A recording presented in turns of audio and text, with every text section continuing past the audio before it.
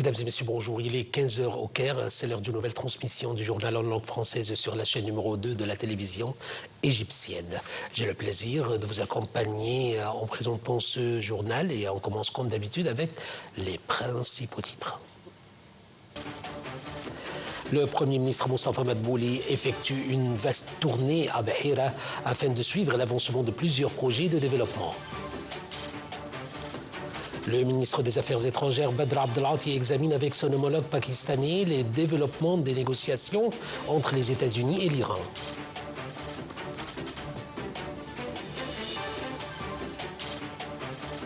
Et le Sud-Liban connaît une escalade israélienne marquée par une série de raids ciblant plusieurs villes.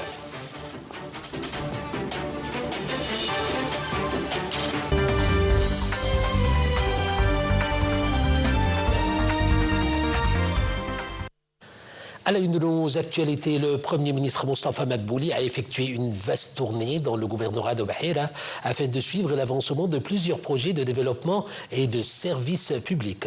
Accompagné de plusieurs ministres et responsables locaux, il a souligné que ces visites de terrain permettent d'évaluer directement les projets de lever les obstacles et d'améliorer les services aux citoyens. La tournée comprend également une visite du projet de revitalisation de la ville historique de Rachid, visant à renforcer son attractivité touristique grâce à son patrimoine architectural, ses sites historiques et ses métiers traditionnels. Passons tout de suite au Premier ministre Moustapha Madbouli qui a également reçu le ministre ouzbek des Affaires étrangères Bakhtiyor Saïdov pour discuter du renforcement des relations bilatérales des deux responsables qui ont mis l'accent sur la création d'une chambre de commerce conjointe et l'avancement des négociations sur un accord de libre-échange préférentiel. Les discussions ont également porté sur les opportunités d'investissement ainsi que sur les questions régionales.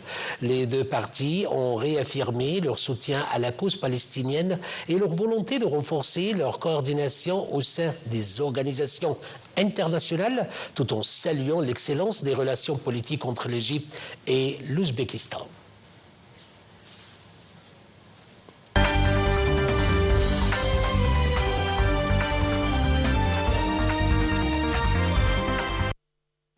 Le ministre des Affaires étrangères Badr Abdelati a souligné l'importance de poursuivre les démarches visant à conclure un accord exprimant l'espoir de voir cette opportunité mise à profit pour mettre fin au conflit et renforcer la stabilité régionale. Le chef de la diplomatie a tenu ses propos lors d'un entretien téléphonique avec son homologue pakistanais Mohammad Ishaq Dar afin d'examiner les derniers développements des négociations entre les États-Unis et l'Iran ainsi que les efforts déployés pour parvenir à un accord entre les deux parties. Dans le même contexte, Abdelati s'est également entretenu avec son homologue iranien Abbas Araghchi, qui l'a informé des dernières évolutions des négociations en cours.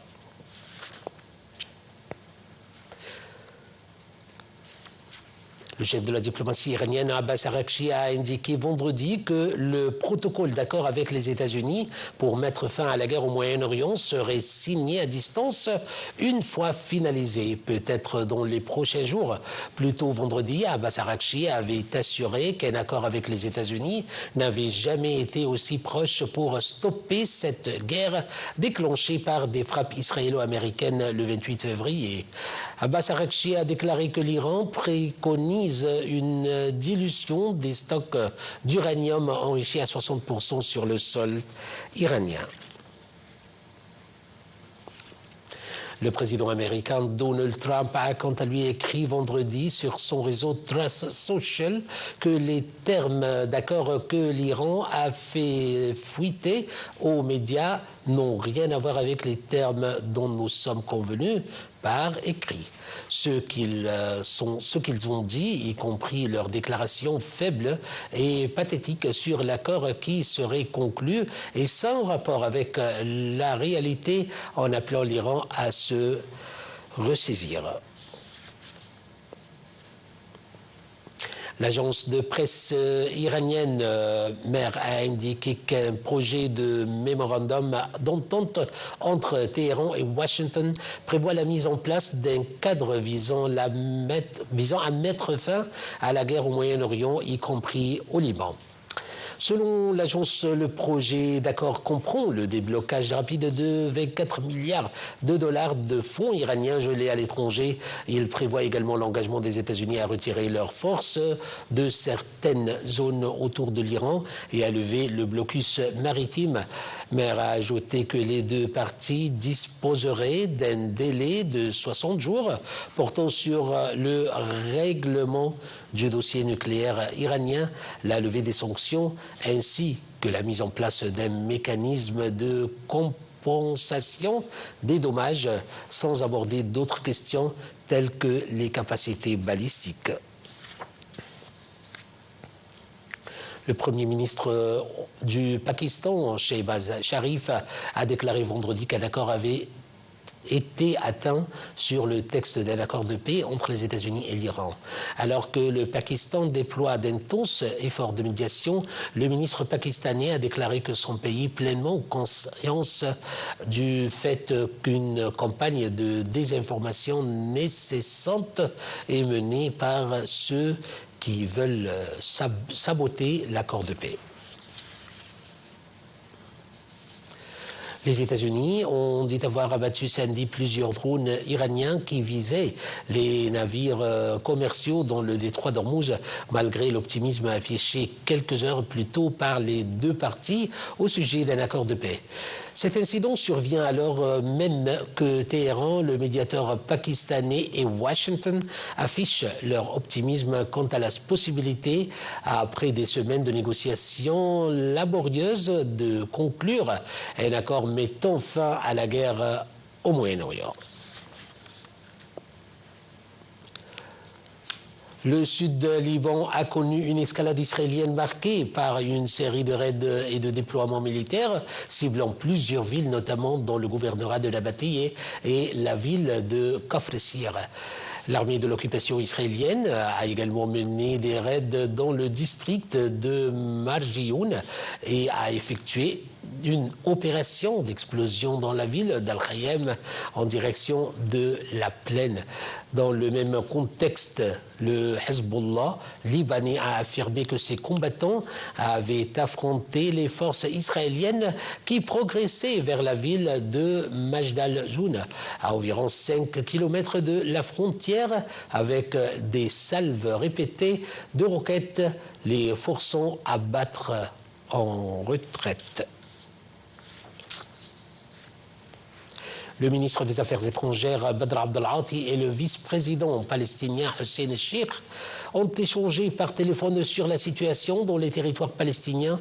Ils ont discuté de la mise en œuvre d'un plan de paix incluant l'aide humanitaire à Gaza, un mécanisme de stabilisation internationale et la gestion temporaire de Gaza en attendant le retour de l'autorité palestinienne.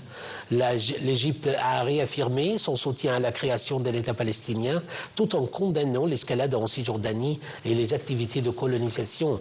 Le responsable palestinien a salué pour sa part le rôle central de l'Égypte dans la médiation et le soutien humanitaire.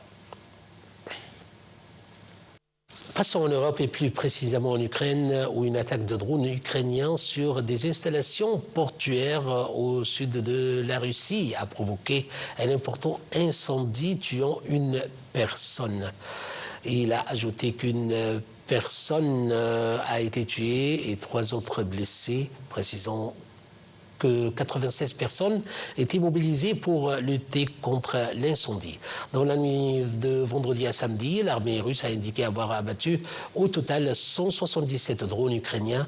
Kiev vise notamment les infrastructures énergétiques russes comme les dépôts pétroliers et les raffineries afin de priver Moscou des revenus qu'elle tire de la vente d'hydrocarbures. Des diplomates de haut niveau du Japon, de la Corée du Sud et des États-Unis se sont réunis à Tokyo pour discuter des programmes nucléaires et balistiques de la Corée du Nord. Selon le ministère japonais des Affaires étrangères, les responsables ont exprimé leur profonde inquiétude face aux avancées nucléaires et militaires de Pyongyang et ont réaffirmé leur engagement en faveur de la dénucléarisation complète de la péninsule coréenne. Les trois parties ont également convenu de renforcer leur coopération sur plusieurs dossiers. La chef de file de l'opposition taïwanaise a déclaré vendredi qu'elle espérait maintenir le dialogue avec les États-Unis sur les capacités de défense de l'île, alors qu'elle effectue une visite de 2 semaines afin de gagner davantage la confiance de Washington. Elle n'a pas commenté spécifiquement le projet de vente d'armes américaines à Taïwan, d'un montant de 14 milliards de dollars, qui est toujours en cours d'examen. Ces ventes constituent un sujet de contentieux entre Washington et Pékin. Ouais.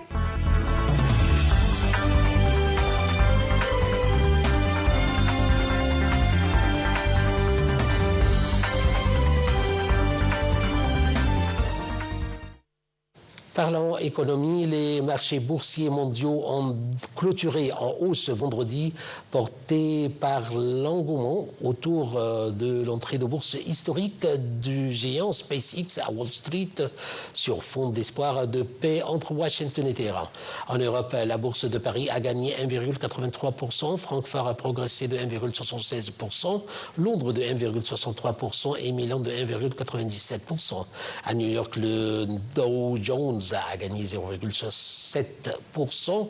L'indice Nasdaq a progressé de 0,31% et l'indice élargi Standard Poor's 500 a avancé de 0,5%. SpaceX a récolté pas moins de 75 milliards de dollars, le triple du record détenu depuis 2019 par le pétrolier saoudi Aramco.